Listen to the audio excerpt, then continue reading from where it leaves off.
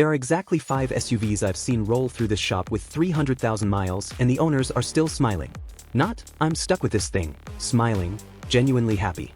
Meanwhile, I've got customers crying over $6,000 repair bills on SUVs with 80,000 miles. Same price range, same model year, completely different outcomes. And number 1 on this list? I had a customer drive that thing 387,000 miles. Original engine, original transmission. I'll show you exactly why that's possible and why most SUVs can't come close. There's also one on this list that Toyota fans are going to argue with me about. I don't care. The data backs me up. We're counting down the 5 SUVs that actually earn the phrase, buy it for life, saving the most legendary for last. Number 5. Honda CR-V. Number 5. And this one has the lowest annual repair cost of any SUV I researched. We're talking $407 a year on average. That's less than your phone bill. I've got a customer with a 2008 CR-V sitting at 317,000 miles right now. She bought it with 45,000 on it, and she calls me maybe once a year. Oil changes, brakes, tires. That's it. Last month she asked me when it's going to die. I told her, honestly, you might die first. She laughed. I wasn't joking. The secret is Honda's K-Series and R-Series engines. Naturally aspirated, timing chain instead of timing belt, and they're so overbuilt that Honda uses the same basic design across the Civic, Accord, and CR-V. Parts are everywhere. Any mechanic can work on it. RepairPal ranks the CR-V number 2 out of 26 compact SUVs. Average repair visit? $407 a year. Compare that to $652 for the average vehicle. You're saving $245 every single year just by choosing this thing. Now here's what nobody tells you. There's a catch. The 2017 and 2018 CR Versus with the 1.5 turbo engine have an oil dilution problem. Fuel gets into the oil in cold weather. Honda knows about it. There's a class action lawsuit. So if you're buying used, get the 2016 with the 2.4-liter naturally aspirated engine. No turbo, no problem. Best years to buy: 2016 for the bulletproof 2.4, or 2020 and newer if you want the turbo. They fixed most of the issues by then. The hybrid's actually the smart play if you can find one. Uses a 2.0-liter with no turbo complications.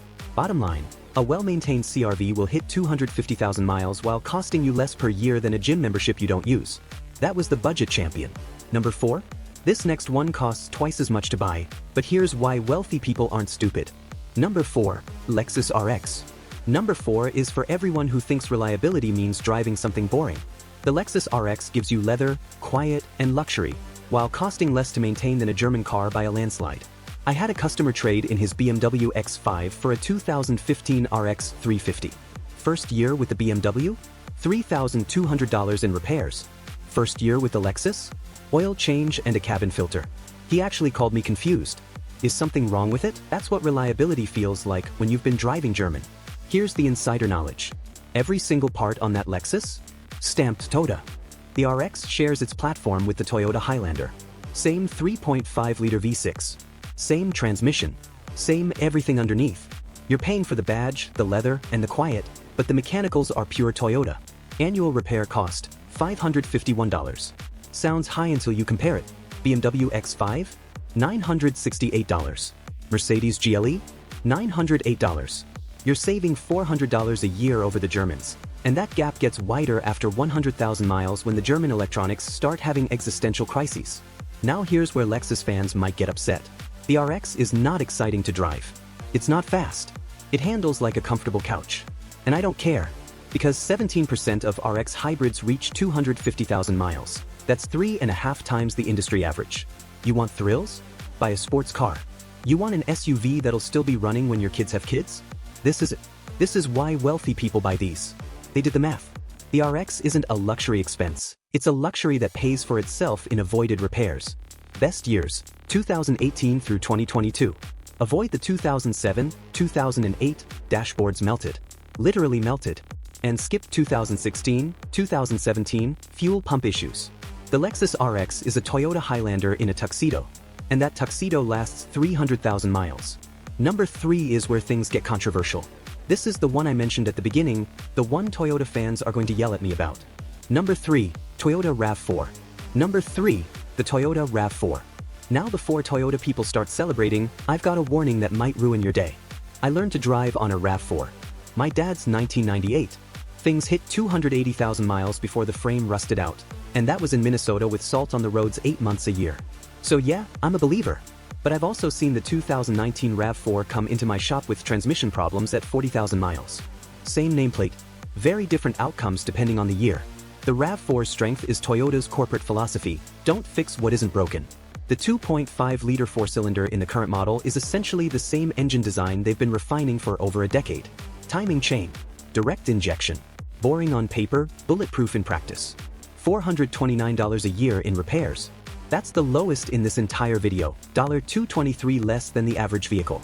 RepairPal ranks it number 3 out of 26 compact SUVs. Only a 10% chance of a severe repair in any given year. Here's the asterisk. The 2019 RAV4 was a first-year redesign. Transmission lurching, hesitation, 131 complaints to NHTSA. And if you go way back, the 2001 to 2003 models had ECM failures that cost $2,500 to $8,000 to fix. Toyota reliability isn't automatic, you have to pick the right years. Best years, 2020 through 2024, they sorted out the first-year bugs. Or grab a 2016, last year of the previous generation, fully sorted, no turbo nonsense. The hybrid version is actually the smartest buy. Toyota's hybrid system is the most proven in the industry. If you're learning something, hit subscribe. I've got a whole video coming on which model years to avoid for every major brand. The RAV4 is the Honda Civic of SUVs. It'll never thrill you, but it'll never strand you either. Alright, we're into the top 2 now. Number 2 is the family hauler that refuses to quit, even when owners try to kill it. Number 2, Honda Pilot. Number 2, the Honda Pilot. And I'm going to tell you something that even surprised me. This thing has a higher chance of reaching 250,000 miles than any other SUV I researched. A former Honda tech I know told me something wild. He said he's seen first-generation pilots, we're talking 2003 to 2008, roll past 700,000 miles. Not a typo. 700,000. Original motor, original transmission. The owner just kept changing the oil and driving. I didn't believe him until I looked it up. Forum posts, documentation, receipts. These things are tanks. The secret is Honda's J-Series V6.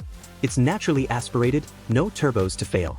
It's been in production since 1996, which means Honda has had almost 30 years to work out every possible problem. The timing belt is the only maintenance item that scares people, $600 to $1,000 every 100,000 miles, but that's nothing compared to a $5,000 transmission. 42.7% of Honda pilots reach 250,000 miles. That's 3.6 times more likely than the average vehicle. Annual repair costs, $542. Not the cheapest on this list, but factor in the longevity and it's the best value per mile. Now here's the trap. The 2016 Pilot is a disaster. I'm not exaggerating. Over 1,100 complaints to NHTSA. The ZF 9-speed transmission in that year was garbage. Shuddering, jerking, failing outright. Honda switched transmission suppliers after that fiasco. So if you're shopping used and someone offers you a great deal on a 2016 Pilot, walk away. That's not a deal. That's a time bomb. Best years, 2021 and 2022 for the current generation, transmission is sorted, all the bugs are worked out. Or grab a 2014 or 2015, the second generation with the proven 6-speed automatic. That combo is unstoppable. The Pilot hauls 7 people, all their stuff, and does it for 300,000 miles. It's the minivan for people who refuse to admit they need a minivan. If you've made it this far, you already know more than most people shopping for SUVs this weekend. But number 1? This is the one mechanics talk about when we're arguing about what we'd actually buy with our own money. Number 1. Toyota 4Runner. Number 1. The Toyota 4Runner. And I'm not being dramatic when I say this. This SUV has a better chance of outlasting you than almost anything else on 4 wheels. Remember that 387,000-mile SUV I mentioned at the beginning? 2014 4Runner Trail Edition. The owner bought it new, drove it across the country twice a year for a decade. Original engine. Original transmission. I asked him what his total repair costs were outside of maintenance. He pulled out a spreadsheet. This guy keeps records, 18 cents per mile. Not $18. 18 cents. That includes everything: oil, tires, brakes, the one water pump he replaced at 290,000 miles. Here's why the 4Runner dominates. That 4.0-liter V6, the 1GR FE, Toyota used the exact same engine from 2003 to 2024. 21 years. Same engine in the 4Runner, the Tacoma, the FJ Cruiser. It runs a timing chain that never needs replacement. It's tuned conservatively at 270 horsepower when Toyota could easily push 300. They leave performance on the table so the engine lasts forever. That's not an accident. That's a philosophy. And unlike every other SUV on this list, the 4Runner is body-on-frame. Same construction as full-size trucks. The frame can handle abuse that would destroy a unibody crossover. That's why you see 4Runners with 400,000 miles still being used as daily drivers while the competitors are in junkyards. iSeeCars data from 174 million vehicles shows the 4Runner has a 26.8% chance of reaching 250,000 miles. That's more than 5 times the industry average. Annual repair cost, $514. Factor in that it holds its resale value better than almost anything else, and you're looking at the cheapest vehicle to own long-term, period. Now here's the controversy I promised. The 2003 to 2005 4Runners had a frame rust problem so bad that Toyota paid out $3.4 billion with AB, to settle it. If you're looking at one of those years, check the frame immediately. Some owners got lucky with replacements under warranty. Others are driving death traps. Get it on a lift. Look at the frame. If you see rust perforation, walk away. Doesn't matter how nice the rest of it looks. Best years, 2017 through 2022. That's the refined 5th generation, all the bugs sorted, frame rust issues long gone, and the proven 4.0 V6 still doing what it does. If you're on a budget, the 2008 and 2009 models are sweet spots. First years after the frame fix, still the legendary drivetrain. What's the highest mileage you've ever seen on a 4Runner? Drop it in the comments. I want this section to become a hall of fame. The 4Runner will outlast your mortgage, your marriage, statistically speaking, and probably your will to keep driving it. The only reason people sell these is because they get bored, not because they break. So those are the 5 SUVs that have earned legendary status in every shop I've worked in. The CR-V for budget reliability. The Lexus RX for luxury that lasts. The RAV4 for everyday bulletproofing. The Pilot for families who need space and longevity. And the 4Runner for people who want to buy once and never think about it again. You now know more about SUV reliability than most salespeople at the dealership. Use that. When they try to push you towards something with great features and a garbage track record, you'll know better. Now if you want to know which SUVs that don't drain you on repair bills, I made a video on that. It's called 5 SUVs that never break down. Click it. I'll see you there. That's 20 years of experience talking. Subscribe if this helps. I'll keep giving you what the dealerships won't. Take care of your car and it will take care of you. Take it or leave it. I'll see you in the next one.